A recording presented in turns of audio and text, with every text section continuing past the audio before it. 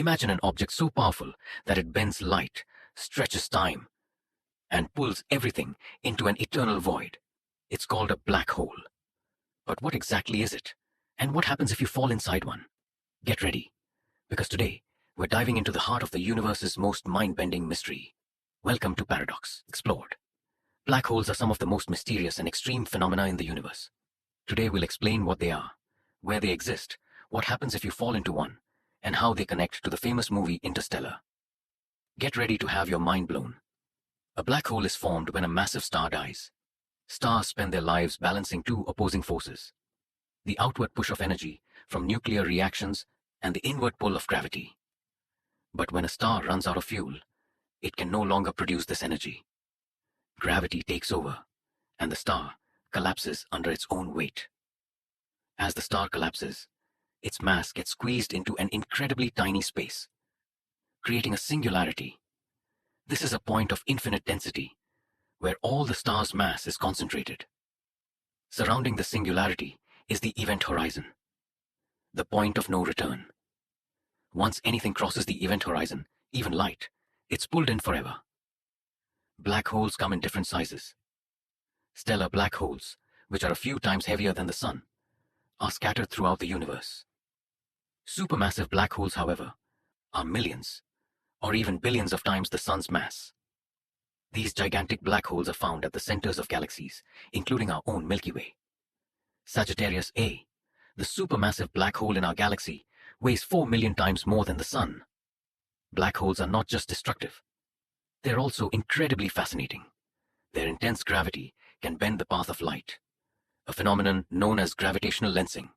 This means if light from a distant star passes near a black hole, we might see a distorted or even duplicated image of that star.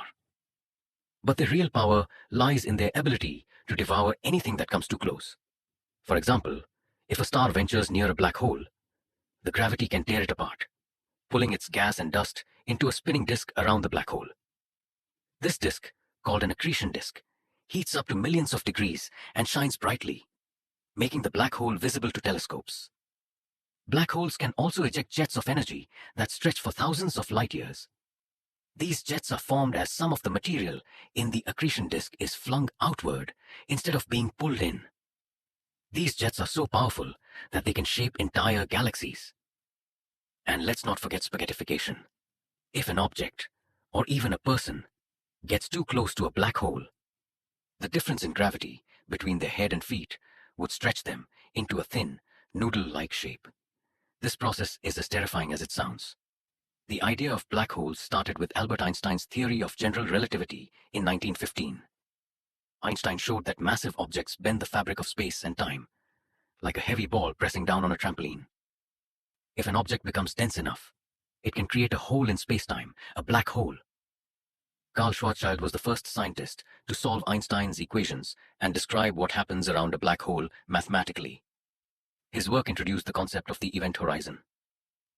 Fast forward to the 20th century, and Stephen Hawking revolutionized our understanding of black holes. He proposed that black holes aren't completely black. They can slowly lose energy through something called Hawking radiation. Over billions of years, this could cause black holes to shrink and eventually disappear. This discovery showed that black holes aren't eternal, but part of the dynamic life cycle of the universe. Let's imagine you're falling into a black hole. At first, you'd notice time slowing down. For someone watching from a distance, it would look like you're moving slower and slower, eventually freezing near the event horizon. But for you, time would feel normal. As you get closer, the gravitational pull on your feet would be much stronger than on your head. This difference in gravity would stretch you into a long, thin shape. Scientists call this spaghettification. And yes, it would be fatal. Once you pass the event horizon, you're in a region where nothing escapes, not even light. You'd continue falling toward the singularity, where gravity becomes infinite. Scientists aren't sure what happens here.